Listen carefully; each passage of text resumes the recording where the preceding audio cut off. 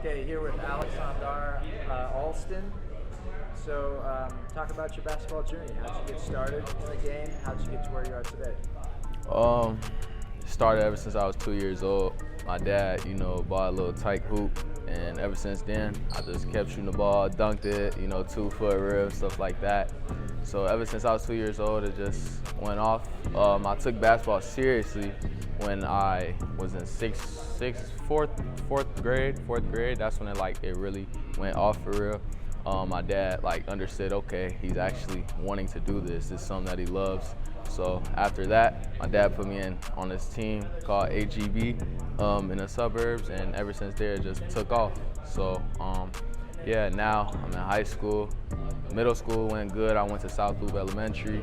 Now I'm in high school at Kenwood Academy, and still working hard, doing what I'm doing, trying to make it big. That's it. Gotcha. Any other athletes in the family? Yeah, my dad, he was a basketball player. He went to multiple colleges, but the one that I know the most is he went to Montana Tech. He was bald back then, so he had that thing, but he was really good. So yeah, and then that's the only real athlete. I know my mom, she didn't do any athletic stuff, but I say at school she ran laps and stuff like that. So. Have you always kind of been, because you're 6'7", 6'8" now, Yeah. 6'9", have you always been tall, or kind of talk about that a little bit?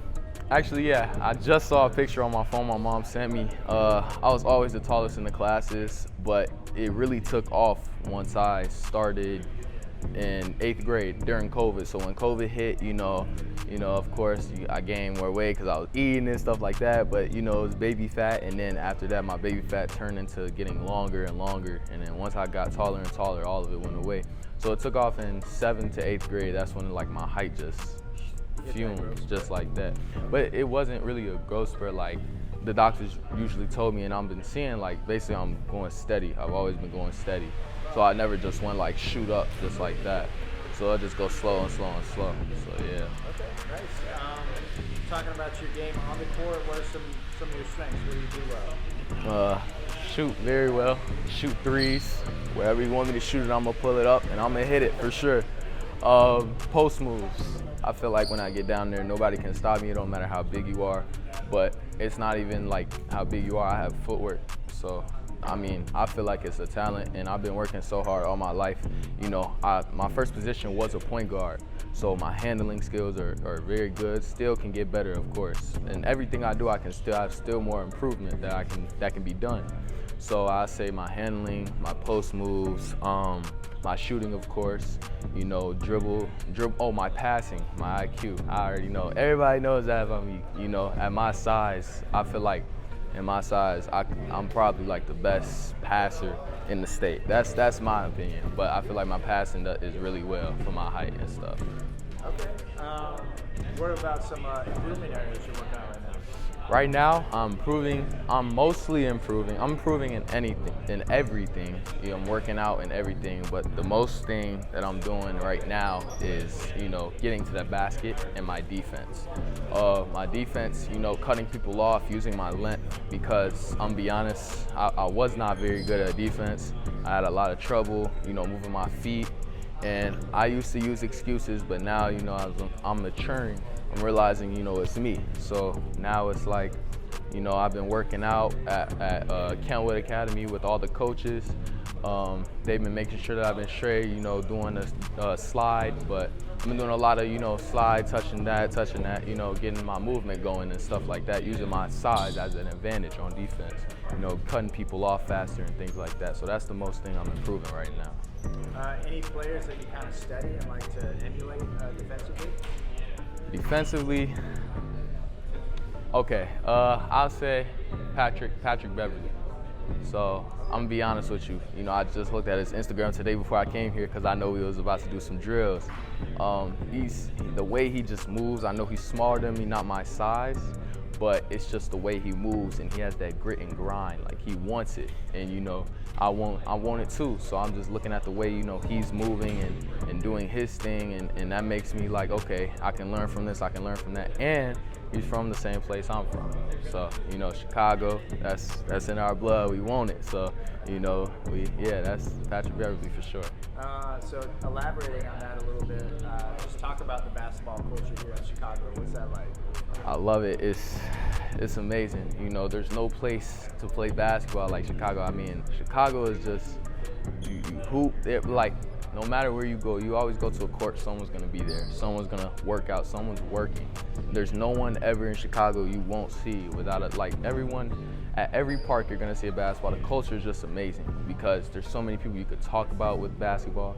There could be a person who never played basketball, but they know it, you know, because it's just in our culture here in Chicago, you know. Everybody, you know, you go to class, you know, if someone's mad at you, they'll be like, all right, come 1v1 me, you know, let's see who's better and stuff like that, because it's just Chicago is basketball in my eyes. You know, ever since I grew up in Chicago, all you see is basketball, is dribbling, little kids in the sideline. I always had a referee talking about don't dribble with basketball, but I just did it because it was basketball. I just loved it. I grew around it. So yeah, the culture here with basketball is just amazing. What are some underrated aspects of your game? Underrated? A lot of people don't think that I can dribble the ball. So, you know, does that answer your question though? Yeah, like a lot of people don't think that, you know, I can dribble the ball, so they'll try to play me up. But, you know, once I make that move and they over there, then they'll be like, oh, and then everybody in the stands like, oh. So a lot of people now respecting me more, you know, when I handle the ball, because I've been bringing it up more, so then they look surprised and stuff. Because, you know, I'm 6'8", bringing up the ball. That's like, oh, wow. But, you know, that's, you know, I feel like that's what people lack thinking of. They don't think I can handle it. So. You know, you said you're playing with Kenwood Academy. Yeah. Talk about some of your goals for this year. Winning everything. You know, it's a huge jump what I'm making. You know, last year for Kenwood, we won city championship for JV. My dad was the head coach, so shout out to him and assistant coach, Coach Charles. So that was great. Now this year, you know, varsity team, you know, this year we got to win. I feel like the big goals are, you know, winning in conference, winning city, and actually having a big chance of winning state. You know, a lot of people lack of what we got because a lot of our seniors has left and went to college, but we still have a lot of talent on this team. Like, it's beyond everyone on our team can be a future pro for sure. D1, we're all Division I, Division II, it don't matter. We're all going to college somewhere. That's how good of a team we are. So I feel like our goals are gonna be, you know, we have high expectations of ourselves because of how we know, you know, we work together. So I feel like our goals are gonna be huge this year. Yeah, I love that. So getting in, you know, you have some Serbian in you a little bit. Is playing for the Serbian national team something that would interest you in the future? I mean, yeah. I mean, it's cool. You know, I feel like, you know, my mom history. You know, just having that blood in me makes me feel good, of course, because it's like, wow, I have this part. You know, Nikola Jokic, that's wow to me. So it's like, it's a lot, and you know, I feel like that'd be a good thing. Later, I'll definitely do that for sure. You know, even though I wasn't born there and stuff like that, I still do it because, you know, that's a part of me. So, and I know that'll make my mom super happy if I did it, you know, traveling, but exploring, you know, going around the country, going down there, that I feel like that'll be amazing. And I have family down there, so it's not like I'm going down there by myself. So I feel like that would really be amazing, though. If I have that opportunity, you know, I think that would be amazing for me, though. Okay. Yeah. Getting into your recruitment a little bit, just what's the latest in terms of any offers, interests, that kind of stuff? Offers, I have 5. Yeah, I have 5 offers. My first offer was New Mexico State. My second was Western Illinois. My third one was Bradley. My fourth was Georgia Tech, and my fifth was Georgetown. Those are my offers. Interests. I have a lot of schools, you know, they know who they are and stuff, but, you know, I'm gonna just keep working, you know, they'll come. You know, my mind I know I have the offers and stuff, and that comes with a lot of hate and stuff like that, but my mind isn't really focused on those because I know they'll come as hard as I work, and I'm in the gym when other people aren't. They're going to parties, going to, these things for school, the events. I'm in the gym working. Like, I'm upstairs on the second floor in the same school working. So it's like, you guys can do all that. Like, it's fun, but at the end of the day, I want it. So, I know that all those things will come. The recruitment is great, though. The schools, yeah, I know I will be going on a couple of visits later in time, but they've been recruiting hard lately. And even people say I'm a sophomore, so it's like, wow, already. But, I've just been working. So I feel like all the schools are great. Even the intros, like, I appreciate those schools. Calling, checking on me, that's a dope thing. So. Any schools that you haven't heard from yet that you would love to hear from? I'm gonna be honest. I think every school in the world I'll be happy to hear from because I don't feel like there's like one out there, like just one specific one, because I feel like every school getting a free education is amazing. So I feel like just having that opportunity and to play basketball, the thing that I love, I feel like from any school offering that, I feel like that means a lot to me. Deep down in my heart, that's like, you believe in me, So that makes me like any school out there, y'all hit me up anything. That's what matters. I love that. You talked about your work ethic a little bit. Where does that drive and motivation come from to be great? I actually lacked a lot of confidence. I didn't have confidence in myself. My story was tough a lot. I didn't really think I was that good. A lot of people talk down on me and stuff, so I feel like that drive really kicked in. And, my dad, my mom, everybody in my family on my mom and dad's side, especially my grandfather, he passed, but, just seeing how he fought and stuff like that makes me like I could do it too. Like, I want to fight just like him. So everything that I do, I want to make sure I win. I want to make sure, I go towards that goal. So I feel like that drive comes from my family because they do so much for me. They're just mean the world for me to be able to make it, so they don't got to worry about paying another dime. So that's how it is. When do you feel like you really started to kind of gain that confidence in yourself? I'm still working on it for sure, though, Like, I feel like in everything I do, I can improve. So, like, confidence, I feel like it started to come in when, I'm gonna be honest, when I went to Pangos, right, for the workout, and I saw myself on that top 30, right? I think it was top 20, top 30. Well, it was like the all-star game, right? And everybody was there.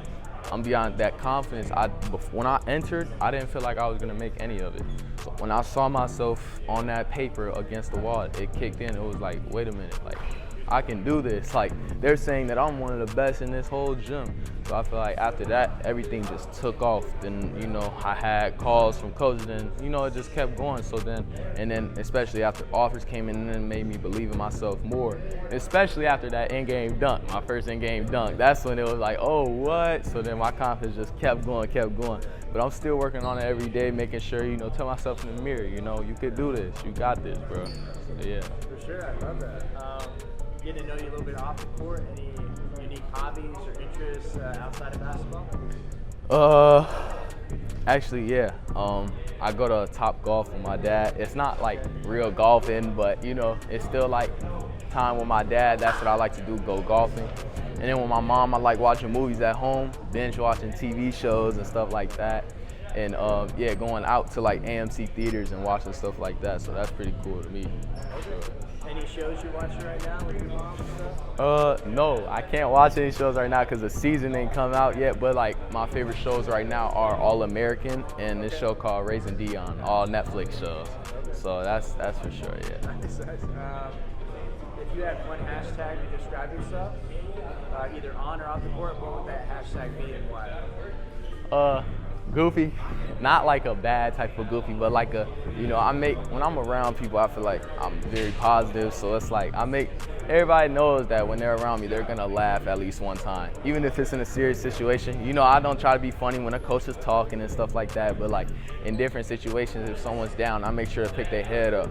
You know, even if, you know, you don't like me, I don't like you. Like, you know, if they don't like, if I'm not friendly or if I don't know the person, they're still gonna laugh because, you know, I'm a good person. You know, I make sure everybody around me is cool. If I don't know you and you're sad, I'm gonna pick you up. I'm just outgoing, but the goofy part about it is like I'm goofy because I do funny things.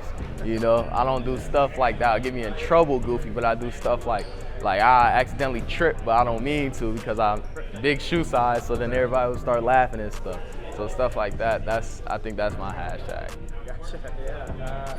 And to wrap it up, ideally 5-6 years from now, where do you see yourself? 5-6 years.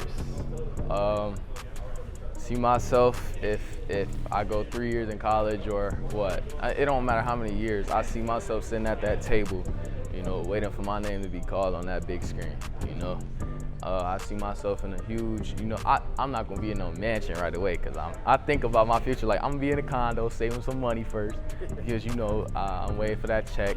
But, you know, I see myself being in the league, you know, making myself into history, you know, being the first person in the family to go pro. So I feel like that's where I see myself, making sure my family's straight, you know, making sure, you know, everyone that helped me get to where I'm at straight, you know, checking on them. Like literally I'll be checking on my middle school coach.